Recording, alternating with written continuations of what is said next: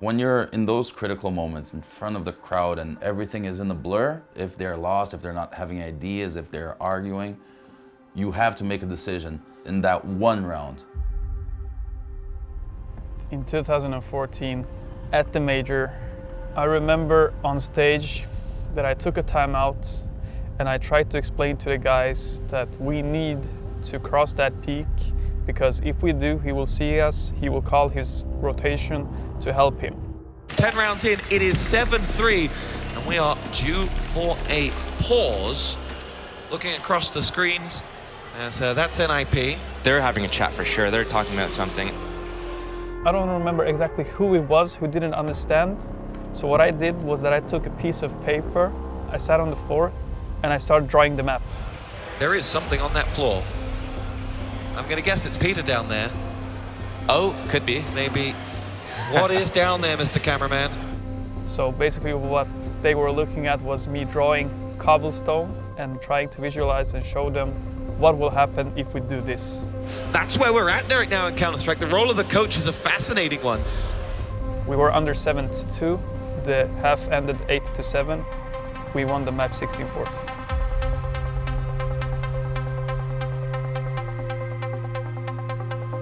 Can you just one guy talk? It's okay, just listen to me now, listen to me now.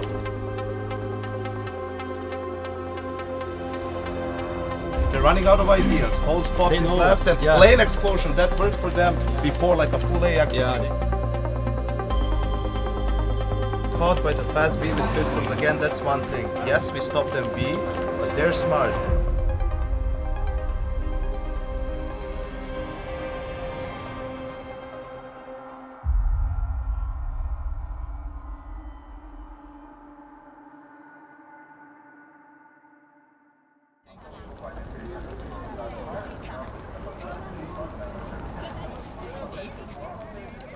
In the early days of Counter-Strike, before all the big LANs, it was extremely rare that anyone who was a player even thought there was a career beyond being a player. Most people would just say, I'll quit and start my new life, you know, my post-esports life where I go and get a job or go back to school.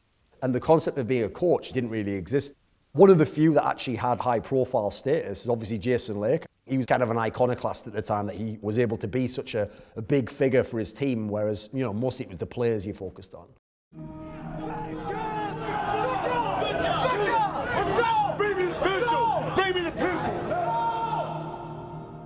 When I first started standing behind the team, it was kind of a strange thing. And when I first started cheering, people were like, what the heck is going on?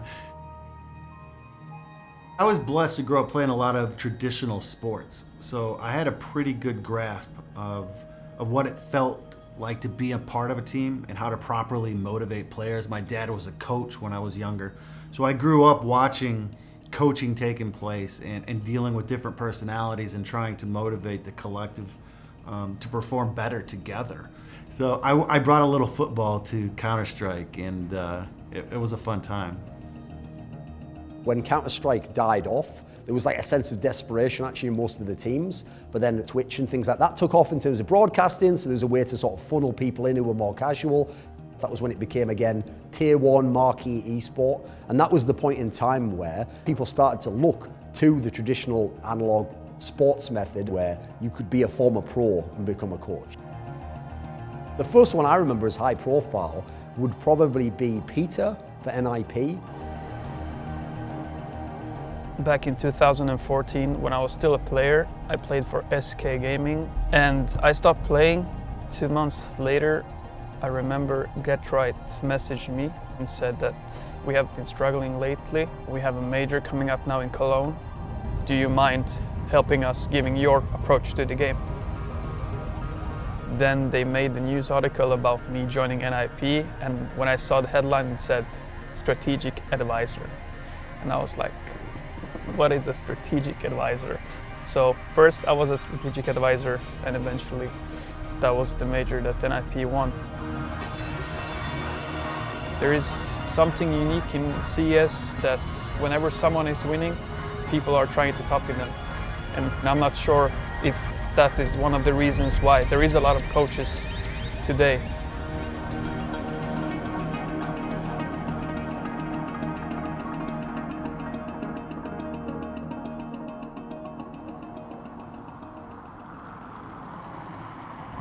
For me, what I enjoy about it is that it still gives me an outlet to be involved with the game and still, at some level, compete, because I still enjoy figuring out how do we get better to compete for the world's best. And that's a thrill that I haven't been able to replace with anything else. I think coaching gives us, I guess, older, retired players to still be involved, and you know, I love it. I love my job. Rambo, for me, is the legendary 1.6 player. I know because he wasn't a very front-facing guy, he didn't do a lot of interviews.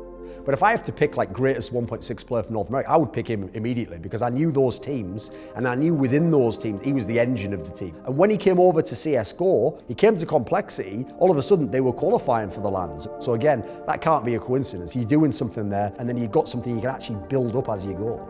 That's why I was like, we shouldn't do that at all, you know?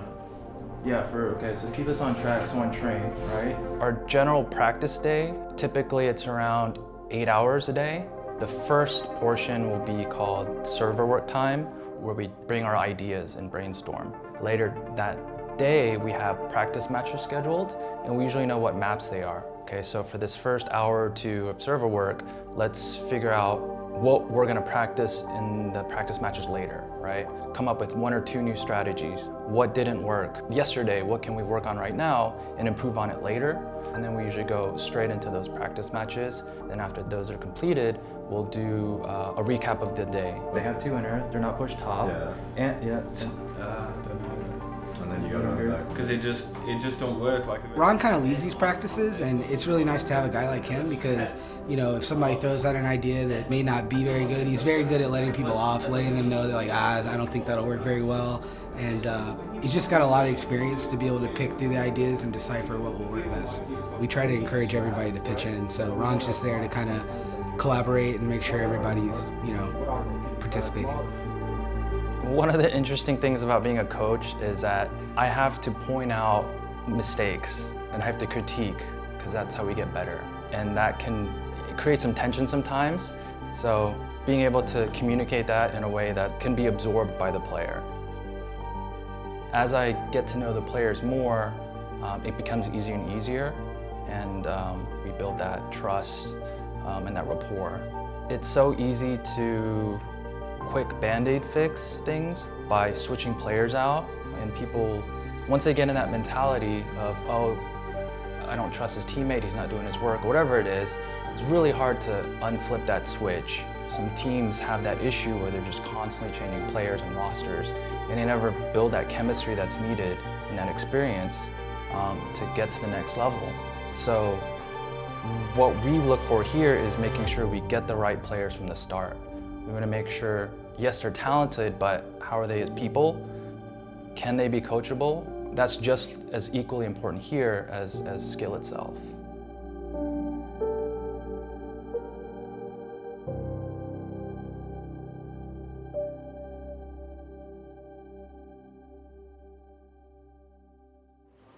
Was the offense better?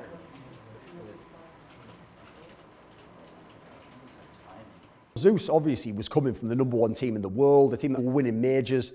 Then he comes in a Team Liquid. It's a different setup, you know. He had all these talented players, but they didn't really have people who were big voices. So then he had to figure out, right, how do I start fixing that aspect? How do I get the team to discuss what the problems are? And I don't think it's any coincidence that you look at North American teams in CSGO history. Some of them had the fluke run. They had the one tournament where they won and they even beat the big European team. None of them maintained it. This is the first North American team that's ever done it. That tells me you've got a big long-term plan, you've got a trajectory of where you're going, and part of it's you've built a culture, you've set up a real system, you've got communications in place. In the beginning, it was Games Academy. It was a really young team with a lot of potential who had all the heart in the world. I had to focus a lot on the leadership role of the team. I had to be the in-game leader on the strategical side. And from that, I went to Luminosity with Taco and FNX. They had the experience, so my focus shifted. I had to transition and learn a new craft, would be to stay ahead of the meta. Putting 8-10 hours a day of trying to find new things and ways where we could have that 1 or 2% advantage through something that hasn't been seen yet. One example that I know for sure that I'm going to remember for the rest of my life is the final of the Columbus Major. All right, folks, it is time. Red Eye has hyped up the stadium and hopefully hyped you up at home. The map really wasn't going well for us. We started T-side. They had like a 6-0 lead. Our economy was in shambles. This is why Navi is considered one of the best teams in the world. Everyone on this team is We almost lost out. It was 11-3 for them. And for some reason, they were having like perfect reads on the match against us. And now you got to start feeling, when does the timeout come in for Luminosity? If they don't win this next round, it's going to be so difficult for them. They've tried slow pace strategies. They've tried to switch up the pace as well.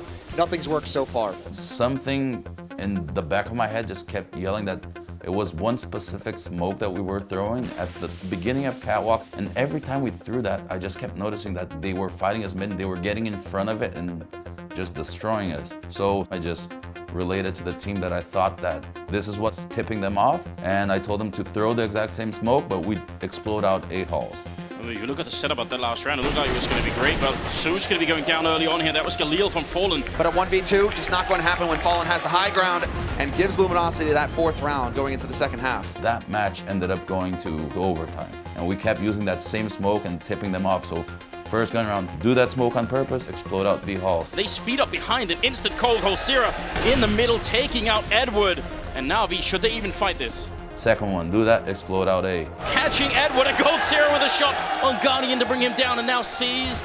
I don't even know what to do if you're seized. He goes down to FNX. 18-17 Luminosity. Where's this coming from? And the third one, throw it and just wait for them to mess up. 30 seconds, and Luminosity, they're just waiting for it. It's one detail in a round that can win you a tournament. And one detail in the round got us to win a major. He gets the 1 kill in, and there's her picking it up, and Luminosity winning on Mirage.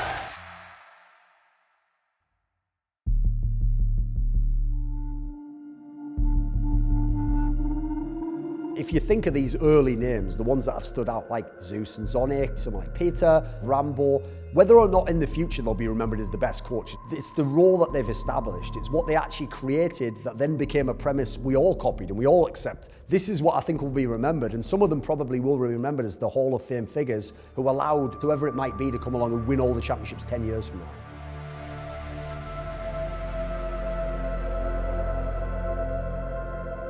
Although I'm not competing anymore as a player, I feel like I still get that thrill of competition through my players.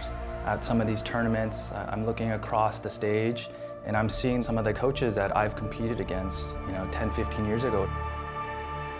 That feeling of coaching and watching my team and compete, and then seeing some of the coaches over there that I played against, that's why we do what we do.